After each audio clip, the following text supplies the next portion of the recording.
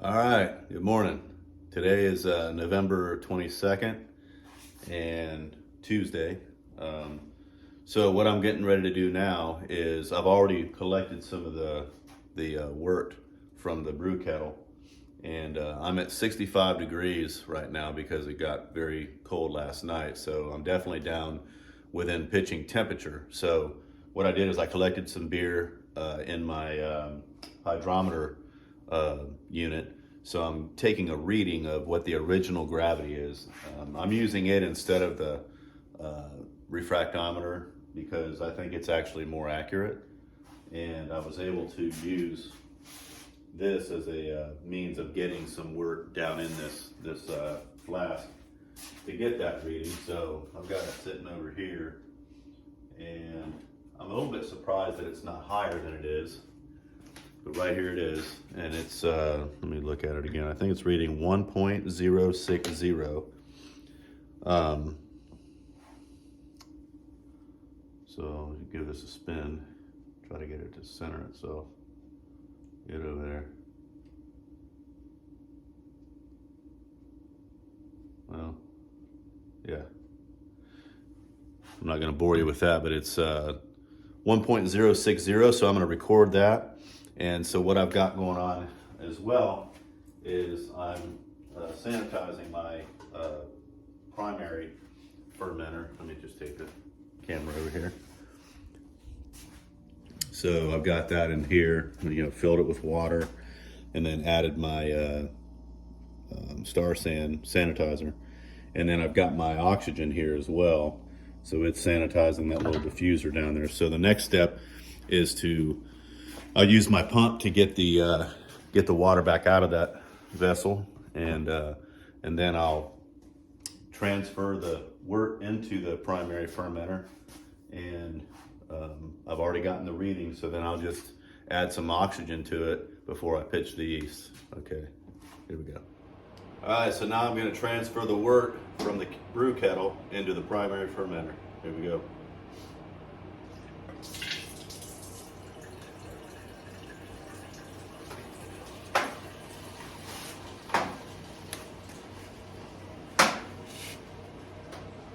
Now, this kettle is going to stay right where it is, and I'm going to wrap it with another heating element and plug into this controller. Actually, I'll probably plug into the other one. I've got another outlet on it. So it can also ferment at the, it looks like that one's at 67.7 right now, probably still warming up a little bit. So I'll be running off of that controller over there. Can't see my finger pointing. The same controller that's operating, or taking care of that fermentation will take care of this when I have another element that I'll wrap around here, and then of course cover it with a towel as well. But before I do that, once this is done transferring here, I will oxygenate it. It's actually oxygenating right now, but I'm going to oxygenate it even more so the yeast will be real happy in there. So I'll get back with you guys when I start that process. All right, so I've got it transferred in there, and it looks like from the markings I've got about 5.5 gallons of wort. So that'll be good because when I go to transfer it into the secondary, I'll have at least 5 gallons. Because what happens is over time, once this the fermentation vigorous part of it stops, the trube will fall to the bottom of the fermenter, and of course you don't want that ultimately. So when I go to transfer this to the other, the secondary fermenter, I'll lose some volume, but I should wind up with about 5 total, which is the goal. So I'm going to, this is already sanitized, but just for good measure, I always spray it with sanitizer as well, just so I know that nothing of any kind of bacteria is going to get in here. And so now I'm just going to go in, and I'm going to add oxygen. I can do this with 2. And you'll see it bubble here on the side. I don't know if you can see that. There it goes.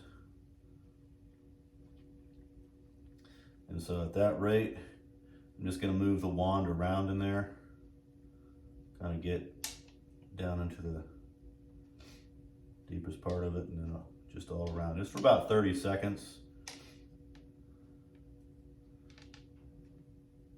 and I'm just going to oxygenate that. So the yeast will be real happy once they jump in and start munching.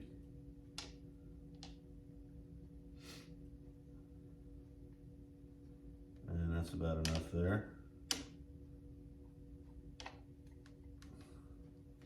Pull it back out.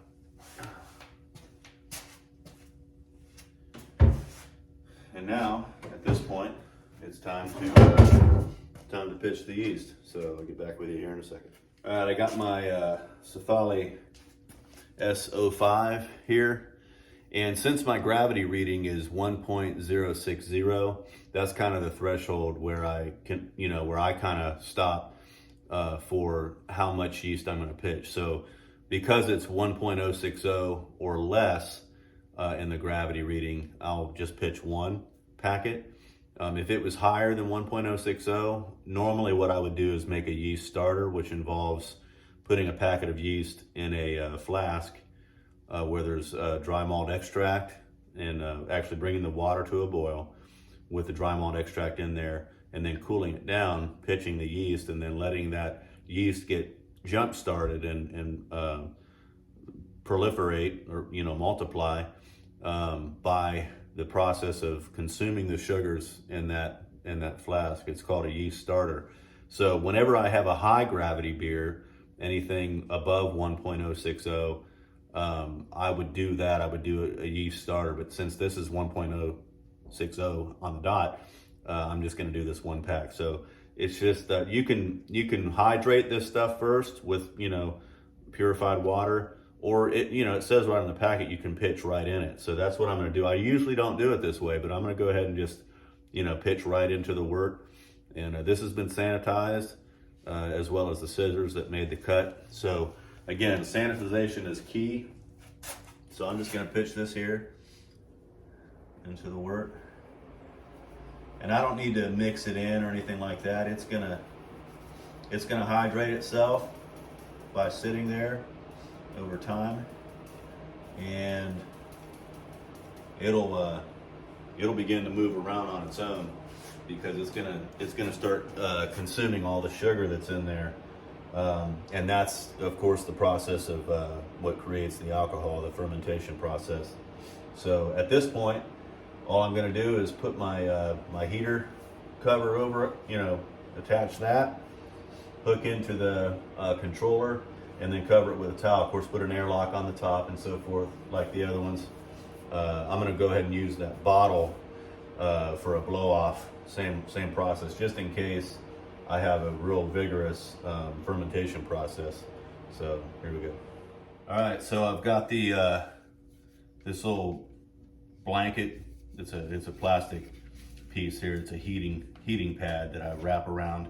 It doesn't go all the way around the fermenter, but I'd say 3/4 of it anyway. And then I tape it flat to it.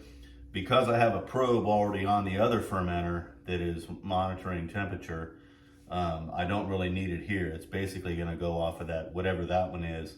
It's going to heat here and then shut off the same time that one will, once it reaches that temperature, or it's going to stabilize there, I should say. Got my weight on here. I've got my fluid down here with the blow-off tube submerged. So once this yeast, I can already see that it's hydrating. Once it wakes up and starts consuming the sugars, obviously the CO2 that's released from that will come up through this tube and down into this bottle here. And there's enough head space here to allow for it to, to really, it'll foam up here is what's going to happen. So it doesn't, hopefully it won't be so intense that it blows off. I don't anticipate that. Usually the ones that are that vigorous are the ones that I've started a yeast starter that I explained earlier, because there's just so much yeast in there, and it's very healthy yeast. And by the way, once the yeast is done consuming, it basically goes back to sleep and it just kind of drifts to the bottom of the fermenter. And you can actually save a little bit of the what's left over, called yeast harvesting. I tried that one time, but I didn't really get into it because I don't know, I was afraid that I would spoil the beer when I tried to reuse it. But I might look at doing that in the future, because then you don't have to ever buy yeast unless it's a different variety that you want. Different yeast impart different flavors too. It's pretty amazing what all the varieties that are out there. And that's where this brewing gets really fun, because different compilations of malt grains, and there's just a plethora of different varieties of grains. Different varieties of that you use, different yeasts that you use, the temperature that you ferment at, any kind of dry hopping that you do, whether with actual fruit, which I do have a means of doing that, and I may do that to this with some actual pumpkin at the end, or close to the end. I have to decide. But there's just so much creativity involved in this. It's very fun to me to do. I'm kind of a creative person, a musician most of my life, and built custom drums and so forth too. So I've always enjoyed the creative aspect of some of the things that I do, and this is definitely one of them. So at this point, I'm just going to cover this with this towel, just so that no light is getting to it, and it's going to sit here for 2 weeks. And then at that point, that fermenter that I dealt with yesterday will be ready to transfer to the keg, and it'll then be cold crashed, overnight in the kegerator I built, and then I will begin charging it with CO2 to carbonate it, and then this one will be transferred into the secondary. So it's an evolving process, and then I'll have two different beers to choose from, the 2 different kegs that I have in here, 2 different taps. So it's fun. All right, I'll catch you guys next time.